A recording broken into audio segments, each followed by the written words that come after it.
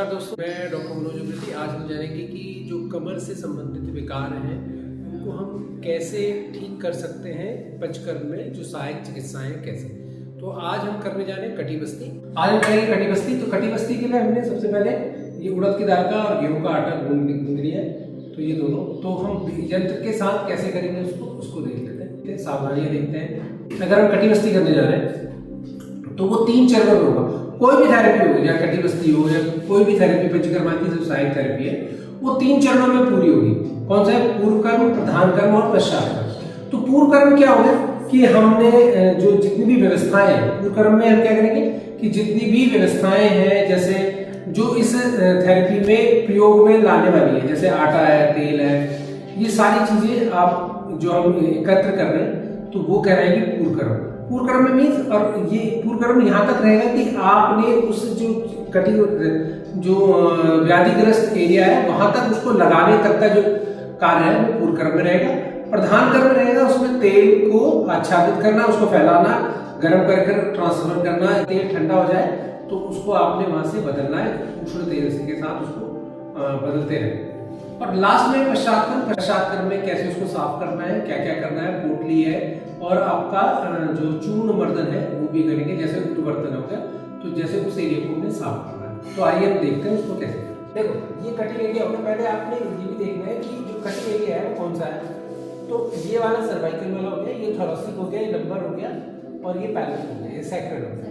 तो सैक्रल और ये वाला ये कटी प्रदेश है, क्योंकि ये नॉन सपोर्टिव एरिया है। तो ज्यादातर दर्द आपको इसी पोर्शन पे रहेगा, तो हमने उसको देखना है। तो सबसे पहले हम यंत्र का इस्तेमाल कर लेते हैं। आपको लग रहा है कि दर्द यहाँ पर हो रहा है, तो यहाँ पर होने के लिए हम पिच्चू करेंगे या बस्ती। तो अब हम करने जा रहे हैं कटी बस्ती। तो कटी बस्ती के लिए अच्छा देखो, ये वाला जो अब यंत्र अगर आपके पास है, इस प्रकार का यंत्र है, तो आप इस प्रकार का अगर यंत्र है तो इसमें देखो 2 तरीके, एक तो फ्लैट एरिया है, थोड़ा सा कर्व एरिया है।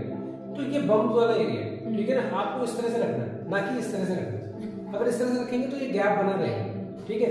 परंतु ये जो कर्वेचर है, आपको देख रहे हल्का सा ये कर्व आ रहा है, तो ये इस एरिया को प्रोटेक्ट कर रहा है, दिख रहा होगा, ठीक है ना। तो इस एरिया को प्रोटेक्ट कर रहा है, तो यहाँ से लीक आउट कम हो जाएगा, ठीक है।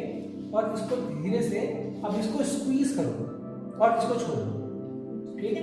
मतलब यहाँ से स्किन को स्क्वीज करो कि जिससे और अच्छी तरह से सेट हो जाए, ठीक है। तो ये आपका कटी बस्ती का यंत्र होगा।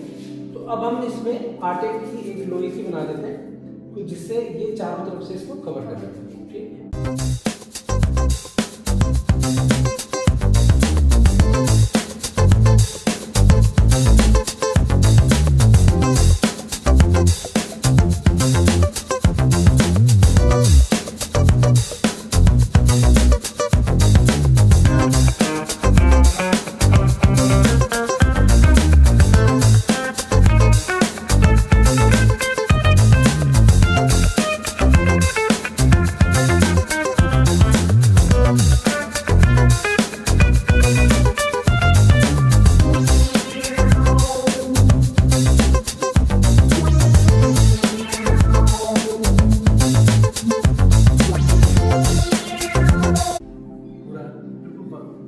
अब हमने देखो ये पूरा सिस्टम हमने तैयार कर दिया है कि ये पूरा एक घेरा बना लिया कटी बस्ती के लिए। अब हम इसमें क्या करेंगे, पतली सी कॉटन बिछा देंगे, रुई बिछा देंगे, और उसके ऊपर फिर हम जो वातशामक तेल है उसको आच्छादित करेंगे। तो बहुत से प्रश्न रोगी पूछते हैं, जी हमें कितने दिन कटी बस्ती करनी है। तो कितने दिन कटी बस्ती करनी है, तो 21 दिन का प्रावधान है। अगर आप 21 दिन कटी बस्ती करते हैं तो आप में जो डिस्क बल्ज है, स्पाइन डिसऑर्डर है, कटी शूल है, कुछ भी कमर में से रिलेटेड कोई भी नस दबी हुई है, कुछ भी चीजें हैं, अगर किसी भी प्रकार की व्याधि है, तो 21 दिन तक का ट्रीटमेंट आपको इसका करना है और आपकी व्याधि जड़ से समाप्त हो जाएगी। अगर कमर में दर्द है तो वो बिल्कुल समाप्त हो जाएगा इस 21 दिन के ट्रीटमेंट के बाद।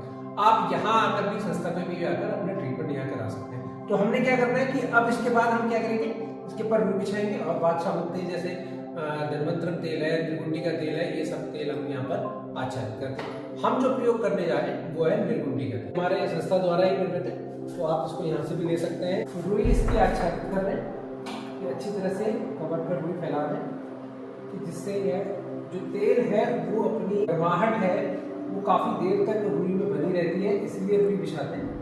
तो जिससे कि एक पेरिफेरल जो आपका समानांतर क्रम से आपका शरीर का ताप बना रहे।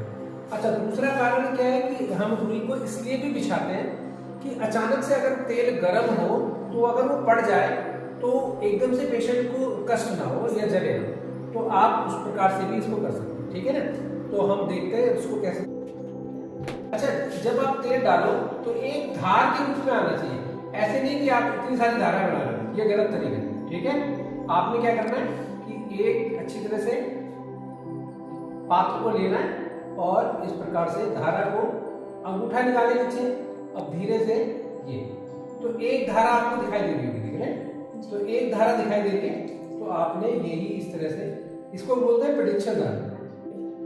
तो जितना आप इसको स्क्वीज करेंगे धारा उतनी अच्छी तरह से कि उसी मात्रा में बाहर आएगी। ठीक है, अगर जल्दी से दबाएंगे तो बाहर बहुत ज्यादा बाहर आएगी, और अगर धीरे धीरे आपको मेंटेन करनी है तो उस तरह से। तो आप इस प्रकार से कटी के जितने भी प्रदेश में जो दर्द है उसको आप इस कटी बस्ती के माध्यम से दूर कर सकते हैं। तो ये आज का जो प्रायोगिक कार्यक्रम था, जो प्रैक्टिकल पार्ट था, तो वो हमने यहाँ पर आप सभी शिक्षार्थियों के लिए बताया, और जो ऑनलाइन वाले बच्चे हैं वो उनको हम वीडियो भी यहाँ भेज देंगे। ठीक है, तो क्या क्या सावधानी रखनी चाहिए आपको इसमें? तो सावधानी के लिए आपने बहुत ज्यादा उष्ण तेल नहीं रखना है।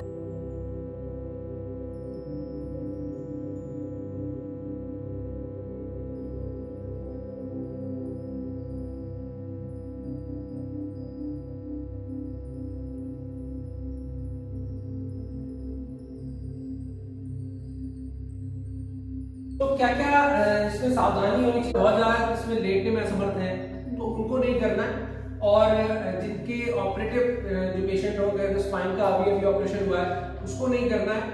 बहुत ज्यादा गर्म तेल इसका प्रयोग नहीं करना है, और ऐसे रोगी को नहीं करना है जिसको स्किन का प्रॉब्लम रहता है, तेल रिएक्ट करता है। तो ऐसी स्थितियों में मरीज को ध्यान से रखना है।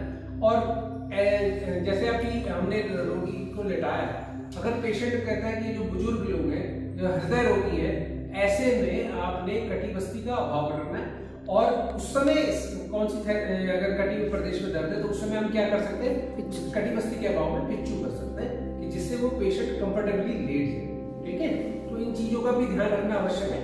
और अगर आपको ट्रीटमेंट चाहिए, तो अगर कटी से संबंधित या और शरीर से संबंधित कई व्याधि है तो उसके लिए अगर पंचकर्मा का ट्रीटमेंट चाहिए तो आप यहाँ संस्था में हरिद्वार पर आकर भी श्री संजीवनी क्रिया योग में भी आपका यहाँ पर आकर अपना ट्रीटमेंट उपचार करा सकते हैं। धन्यवाद। तो अगर आपको ये वीडियो अच्छा लगे तो उसे लाइक करें, सब्सक्राइब करें, और ज़्यादा से ज़्यादा उन लोगों को शेयर करें जो इस अगर कटी शूल से, कमर दर्द से परेशान है, स्पाइन की दिक्कत से परेशान है, और वो यहाँ पर आकर अपना ट्रीटमेंट कर सकते हैं। दिया गया नंबर है, इस पर आप संपर्क कर यहाँ पर हमारी टीम से संपर्क साध सकते हैं। धन्यवाद, नमस्कार।